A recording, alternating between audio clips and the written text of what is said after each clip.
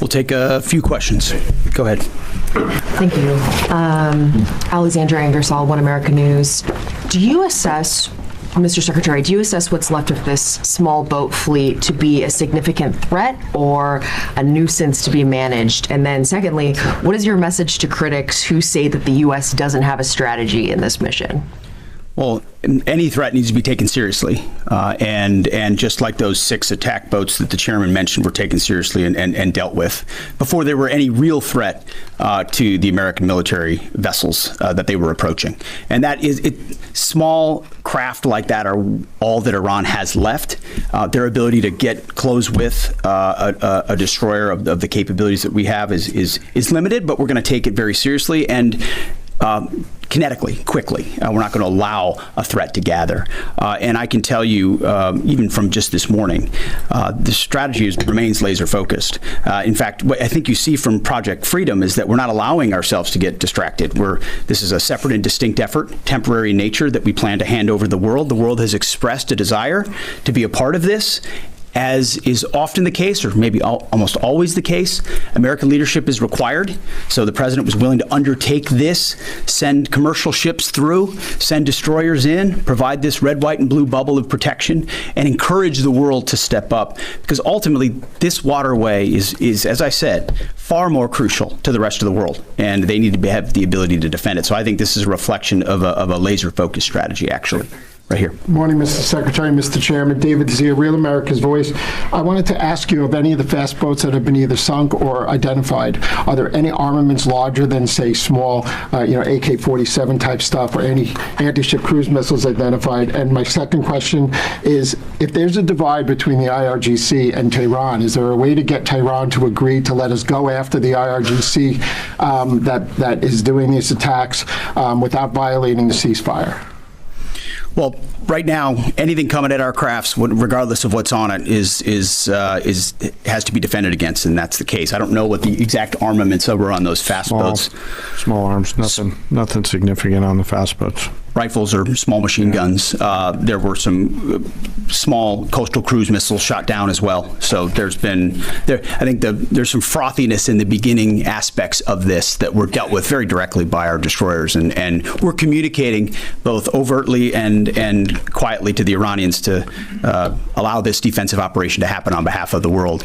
There are some actions the IRGC takes sometimes that are outside the bounds of what maybe Iranian negotiators would like. That's their job to rein that in and ultimately create a condition for a deal, right? That's not something I talked about in these remarks, but that's happening in real time. Iran has an ability to make that deal, but what we're demonstrating with Project Freedom is they don't control the strait. I mean, we know Iran is embarrassed by the fact that our blockade is holding, and we can run ships through, and we're going to help the world run ships through. And if they hold it at issue, the whole world knows who's doing it. It's not us. We're willing to open it up. It's Iran, and that creates a dilemma for them. We hope they make a deal. Yes. Thank you, sir. My first question is for General Kane. Mary Margaret with the Daily Wire. You said that the attacks by Iran so far are below the threshold of restarting major combat operations. What is that threshold?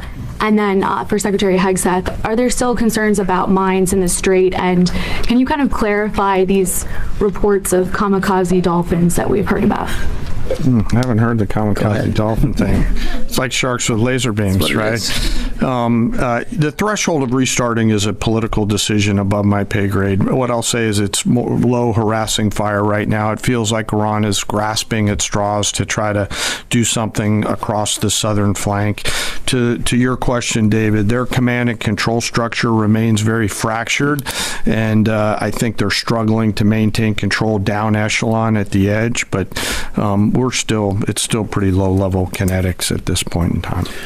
And I can't confirm or deny whether we have kamikaze dolphins, but I can confirm they don't.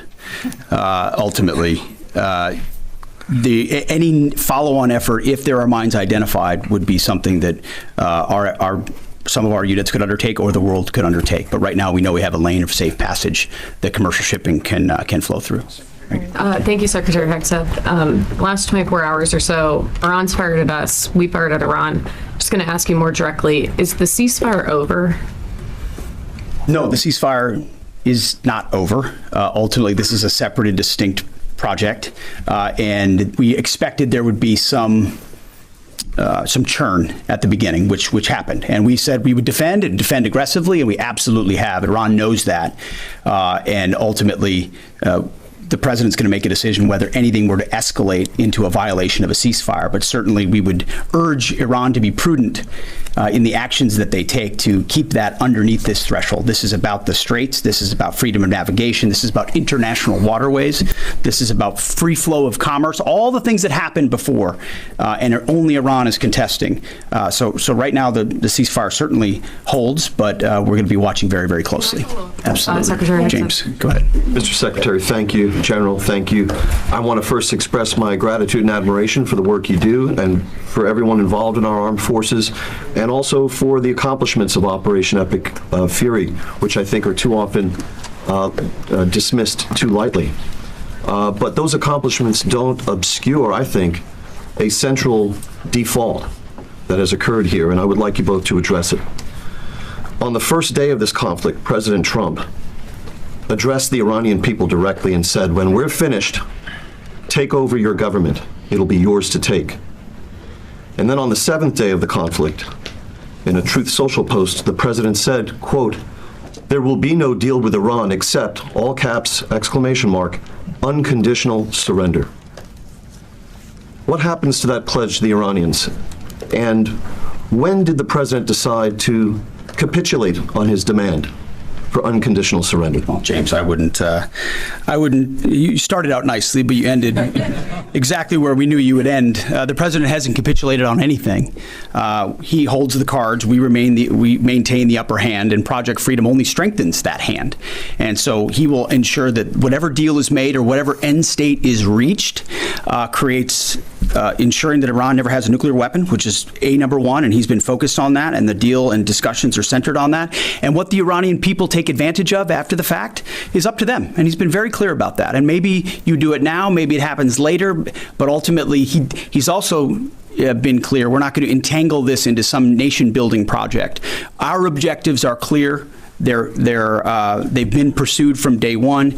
Hopefully the Iranian people take advantage of that, because they're being taken advantage of by this regime. As you know, 45,000 Iranians, innocent Iranians, killed before the outset of this. That's what this government does, kills their own innocent civilians. Getting out from underneath that is going to be a challenge of the Iranian people, and we certainly hope they take advantage of that. Thank you. Actually, can I have one follow, please? Go ahead. Everybody else one follow. Directives. Go ahead. Thank you, Mr. Secretary. Can you share any information regarding the South Korean ship that was reportedly hit by Iran? Is Seoul in contact with the U.S. military about it? And is there any indication that they would heed Trump's call made on social media to join Project Freedom? We hope so. We're in contact with that ship, CENTCOM, I should say, and the Maritime Coordination Forces are in touch. And I think targeting like that is a reflection of the indiscriminate nature of what Iran is doing. We hope South Korea would step up, just like we hope Japan would step up, just like we hope Australia would step up, just like we hope Europe steps up. But we're not waiting for them to do so. We're looking to set the conditions to hand to them. But the president was clear in his truth message that, hey, this is your ship. You should take part in helping to defend it. We very much hope they do. Go ahead. Mr. Secretary, in terms of new U.S. intelligence reports suggest that the timeline for the war in Iran to get a nuclear weapon has not changed since last summer, still at 9 to 12 months. Is that intelligence wrong? How can this be after so much bombing? And for General Kane, going on back onto what you're talking about, the Strait of Hormuz, the president recently said that the blockade is even more effective than bombing. So why didn't we start the campaign with the blockade? And initially, how many planned ships do you plan to escort or take through commercial ships to the Strait of Hormuz today or in the coming days? Well, we don't discuss the specifics about intel, and anybody that does shouldn't be, and I can't confirm or deny whether that is indeed correct. Speculation, as far as I'm concerned, coming from you. But ultimately, what Operation Midnight Hammer did in the obliteration of those facilities was set back their program. And then, because of the efforts of that 12-day war, the president was able to recognize that this threat, while they continued to seek nuclear capabilities, their will was still there to seek a nuclear bomb. Ultimately, they were creating a conventional umbrella of so many missiles and so many capabilities that no one would want to challenge them. Think of the North Korea. This is the North Korea strategy. We have so many conventional capabilities, you won't do something about it. And underneath that, we're going to develop more nuclear capabilities. So the will was still there. President Trump had the courage to say we have to dismantle and take on those conventional capabilities while the nuclear facilities are watched 24/7 and overwatched. And we will ensure, one way or another, hopefully Iran chooses a deal, that they give up those ambitions, give up those capabilities, and we're able to confirm that every step of the way. So that has been, President Trump's been focused on it. He's set them back like no other president. He ripped up the terrible deal that would have given them a bomb. He took care of it in Midnight Hammer. We're watching it right now, and ultimately feel good about the fact that the end state will ensure that Iran never has a nuclear weapon. Go ahead. Sir, I'll let CENTCOM talk to the number of ships they're going to take through, because they're the nearest ones to talking to the commercial shippers, and I don't want to get out in front of them.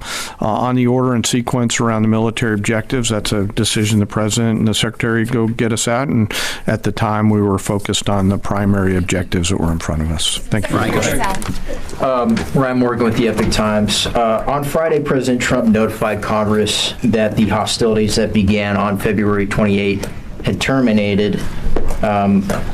That came on the deadline of the 60-day war powers deadline. Will this administration be seeking congressional approval for any further military operations if the ceasefire breaks down? Our view is the one you described, that ultimately with the ceasefire, the clock stops. If it were to restart, that would be the president's decision. That option is always there, and Iran knows that, and that's why their choices in Project Freedom are important. The president retains the opportunity and the capabilities, more capabilities than we had at the start of this, to restart major combat operations if necessary. If Iran is not willing to follow through on its side of the bargain or make a deal, then the War Department is postured, locked, loaded, and ready to go. We hope it doesn't have to go in that direction, but Admiral Cooper and our forces are in a three-point stance and ready to go. Yeah, last question. Thank you. Liam Cosgrove with Zero Hedge. In recent weeks, both Israeli Prime Minister Benjamin Netanyahu and Israel's head of Mossad have stated their intent not to cease combat with the Iranians. Netanyahu put this on Twitter. Israel's head of Mossad said Israel's goals are not finished until the Iranian government collapses. And so they're referring to the government that President Trump has brokered a ceasefire with and is working on a lasting peace in the region with. And so that's something many Americans, especially American farmers, are hoping he does get to a lasting peace. And so if President Trump is successful in that, and the Israelis are explicitly stating their intent to continue fighting at a later date, how can you ensure America doesn't get roped back into a war if that comes? And secondly, with Netanyahu comfortable tweeting something like that out, and also Netanyahu has continued bombing Lebanon despite President Trump explicitly telling him not to. I would say your question is based on the false premise that somehow President Trump is being pulled in by Prime Minister Netanyahu to any of these actions. And that's where you're going. Just to be clear, President Trump has led at every step of this based on his view of American interest and America first. And we're grateful that Israelis have been very capable partners at many steps of this. And they may have some objectives at times that are slightly different than ours. But there's only one hand on the wheel ultimately directing this, whether it's Project Freedom or previously Operation Epic Fury, and it's President Trump. So we're grateful for their input, their insights, the existential nature of the threat they face from an Iranian bomb, the capabilities that they can bring to that, but ultimately the coordination will happen with the leadership of President Trump. Thank you very much. I appreciate it. Thank you.